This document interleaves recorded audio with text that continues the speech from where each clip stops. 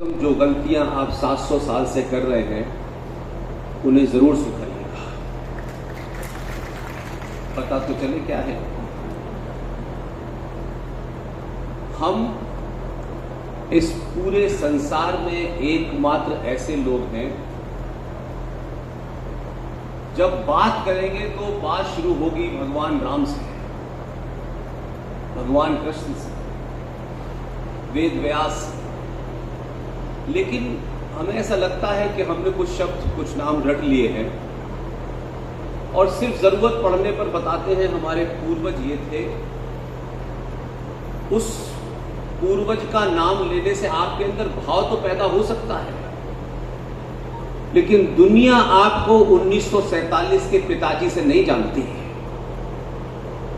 ये पूरा संसार आपको भगवान राम की सभ्यता, कृष्ण की सभ्यता, वेद व्यास की सभ्यता से पहचानती है। इसलिए शब्दों का अनर्थ सनातनी हिंदू समाज ने किया है, और क्योंकि झूठ बोलने का चलन हो गया है इसलिए खूब जोर से झूठ बोलते हैं। हमारी 50% से ज्यादा समस्या है कि हमें जिस विषय के हम जानकार नहीं हैं उसी के एक्सपर्ट हैं। एक मिनट को भी हमारे मन में यह सवाल नहीं आता कि हम कैसे 10 लोगों के सामने फर्राटेदार बड़े बड़े पदों पर बैठने वाले लोग कुछ भी आए बाएं शाएं बोलते हैं और चले जाते हैं। सनातनी हिंदू समाज परंपरा सभ्यता में ज्ञान का कुर्सी के और पद से कोई लेना देना नहीं है। कुर्सी पे कोई भी बैठ सकता है, इसलिए नहीं कि अच्छा ये बात अलग है कि बैठते ही कुछ लोगों को ज्ञान प्राप्त हो जाता है। इसलिए सबसे बड़ा झूठ सारे धर्म बराबर हैं, ये दुनिया का सबसे बड़ा झूठ है। अनेक अनेक कथावाचक, हर चौराहे पे 2 ज्ञानी, हर पार्टी में 2 ज्ञानी, हर संगठन में 4 ज्ञानी हैं। हमको अपनी बीमारी नहीं पता चल रही है और हम अपनी बीमारी को बीमारी न मान करके दूसरे के बारे में ज्यादा चिंता करते हैं। ऐसे ही एक शब्द का इस्तेमाल बहुत होता है, दिन में भी हुआ, धर्मांतरण हो रहा है। आदिवासी इलाकों में धर्मांतरण बड़ी तेजी से हो रहा है। अब यह शब्द किस ज्ञानी ने निकाला मुझे नहीं पता। दुनिया की कोई ताकत सनातनी का धर्मांतरण नहीं कर सकती है। आप ताली बचा के रखिए, 3 घंटे बोलूंगा, कोई चिंता नहीं। हमारे संस्कारों में, हमारे इतिहास में, रामायण में, गीता में धर्म शब्द का मतलब पूजा पाठ नहीं होता। धर्म रिलीजन का पर्यायवाची नहीं है, सिनोनिम्स नहीं है। हमारे संस्कारों में धर्म का अर्थ होता है आपका कर्तव्य, आपकी ड्यूटी। एक राजा का धर्म क्या है, एक पिता का धर्म क्या है, एक मां का धर्म क्या है। हर एक का कर्तव्य, हर एक की ड्यूटी तय है। अपने अपने कर्तव्य को करना ही धर्म का कार्य करना है। इसलिए आज के बाद से ये मत कहिए कि धर्मांतरण हो रहा है। धर्म कोई नहीं बदल सकता। हां, आपका मत जो है कुछ लोग कुछ पैसा कुछ रिश्वत दे के बदल सकते हैं। और ये दुख की बात है, ये कहते वक्त कभी कभी हमको ये सोचना चाहिए 84 करोड़ जनसंख्या आपकी, पुलिस आपकी, सेना आपकी, सत्ता में कोई पार्टी आए वो भी सब आपके, और उसके बावजूद भी आपका मत पंचर वाला अगर बदल रहा है तो अपने कंधे में झांकिए कि बेवकूफी कहां की है। कोई आपको खरीदे कि एक अमेरिका हम दे देंगे, एक सनातनी बदलता है तो चलो मान लेता हूं कि एक सनातनी अपनी ताकत लगा दे और बिकने के लिए अमेरिका वापस ले ले। लेकिन आप किसमें बिक रहे हैं? जो खुद 1400 साल से बिक रहे हैं, आप उनके हाथों बिक रहे हैं। इस दौर का भी इतिहास लिखा जाएगा। ऐसा खुश मत होइए कि अंग्रेजों ने ये किया और फलाने ने ये किया और आलू से सोना बनाने वाली मशीन के नाना ने क्या किया। ये तो कहने में आपको मजा आता है, लेकिन 50 साल के बाद आपका भी अवलोकन होगा कि उस दौर में कैसे लोग थे। सबके बारे में बात होगी, कोई छुपी नहीं होगी। आज भी इस देश में संपन्न समाज, ताकतवर समाज ये कभी कभी तकलीफ देता है। आपकी बोली खुले बाजार में लग रही है, खुले बाजार में लग रही है। एक इंडिविजुअल तौर पे, एक व्यक्तिगत तौर पे, एक परिवार के रूप में आपके बेटे बेटी की शादी हो और आप उसमें इस बात की बड़ी चिंता करते हैं कि कोई हमारे बारे में यह ना सोचे कि खाना बहुत सस्ता सा खिलाया। लड़के की शादी में रहने वाले मेहमानों के लिए 5 स्टार में इंतजाम नहीं किया था।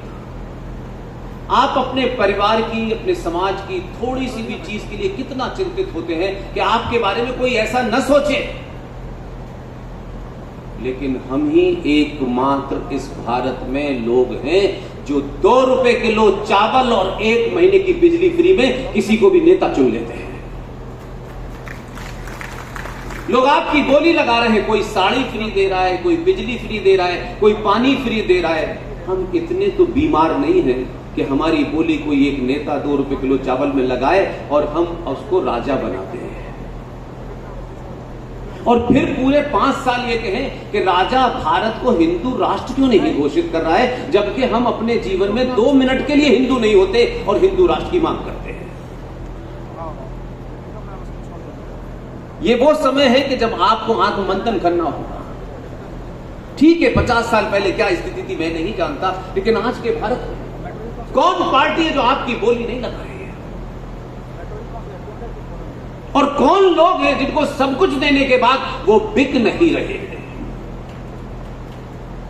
वो भी आप ही के बीच में रहते हैं, आप ही के सामने संकट पैदा बहुत सारे होते हैं, उनका भी सामना करते हैं, गरीबी को देखते हैं, सारी चीजें हैं, लेकिन वो नहीं बिक रहे हैं।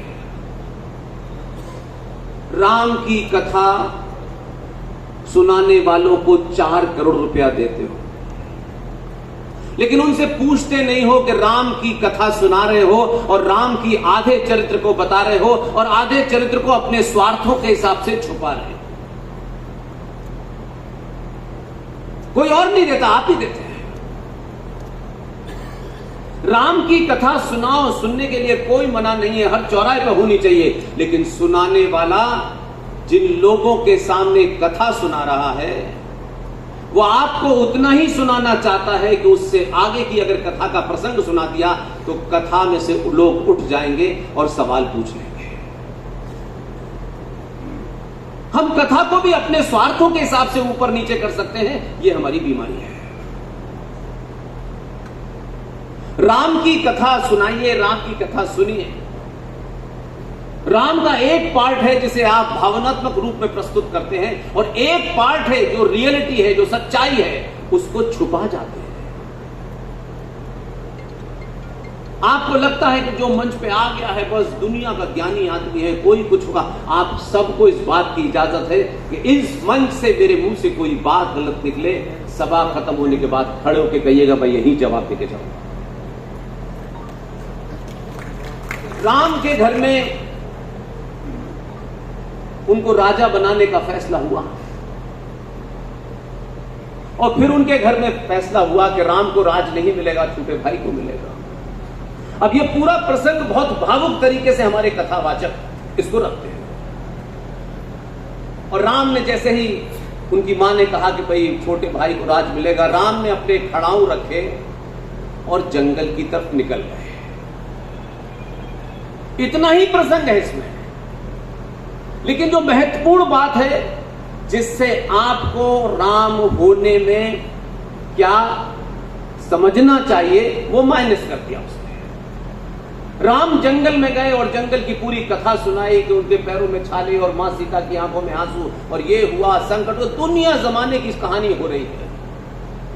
लेकिन पहला तो ये नहीं बताया कथाकार ने कि जब राम जंगल जा रहे थे तो उन्होंने 10-20 किलो सोना, सोने के लिए कोई इंतजाम, बड़ी गाड़ी, बहुत सारे कपड़े, कोई अटैची नहीं की थी। राम के तन पर एक छोटा सा कपड़ा था जो उनके शरीर पर था, और जो सबसे महत्वपूर्ण है, जहां से सनातनी का पुरुषार्थ जिंदा होता, वो क्यों नहीं बताता कि राम अपने साथ जब जंगल के लिए निकले तो धनुष बाण लेके निकले थे। क्या राम जैसे को नहीं पता था कि जंगल में उन्हें पागल कुत्ते, जिहादी और पागल कुत्ते भी मिलेंगे? राम आदर्श होने के बाद भी जानते थे कि जंगल में मिलने वाले पागल कुत्तों का इलाज इस राम के बाण से ही होगा, बातों से नहीं होगा। उस पूरे प्रसंग को आपने ऐसा कर दिया कि हर हिंदू राम की बात करता है, लेकिन राम आदर्शवादी होते हुए भी, इतने सच्चे होने के बाद भी उनको सच्चाई का पता था। और फिर राम यहां से वहां गए, जंगल में गए, शबरी के बेर खाए, ये तमाम भावुक कथाएं सुनते हैं, लेकिन उसमें दूसरा प्रसंग को छुपा जाता है आपका कथा का। वो ये नहीं बताता कि जब उनकी पत्नी का अपहरण हो गया तो समुद्र से रास्ता मांग रहे थे। 7-8 दिनों तक उसने प्रार्थना की रामचंद्र जी ने कि हे समुद्र देवता, मेरी पत्नी को कोई एक ले गया है, मैं इस तुझे मुझे रास्ता दे।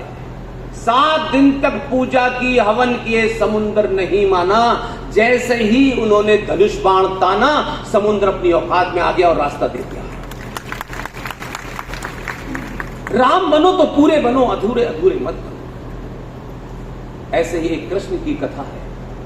हम कैसे लोग हैं अपने मन में झांकते हैं। पूरी दुनिया में 2025 का भारत आज हो गया, ऐसा फिलोसफर हमने नहीं देखा।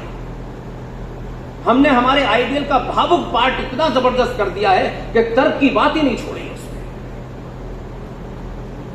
भगवान कृष्ण के मुकाबले का फिलोसफर आज तक पैदा नहीं हुआ, और उस फिलोसफर को हमने, आपके शत्रु ने नहीं। 2 ही रूपों में कृष्ण को हमने दिखाया, और यही कैलेंडर हम बचपन से देख रहे हैं, और आज 2025 हो गई, तब भी वही कैलेंडर है। इसलिए शब्दों का चयन, शब्दों का अर्थ कैसे दिमाग पे असर डालता है।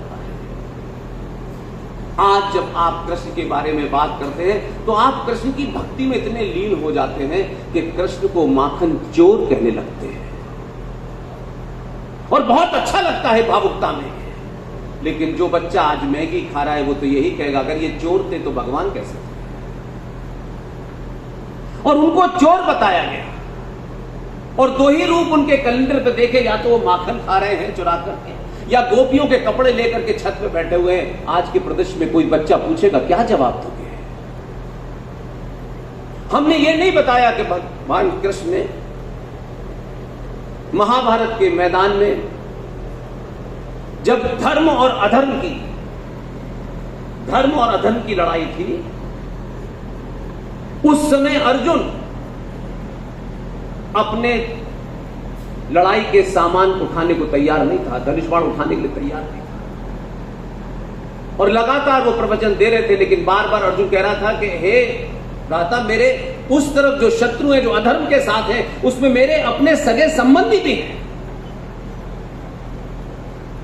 तब उन भगवान कृष्ण ने महाभारत के मैदान में 2 ही 3 लाइनें कही, हे अर्जुन, ये धर्म और अधर्म की लड़ाई है।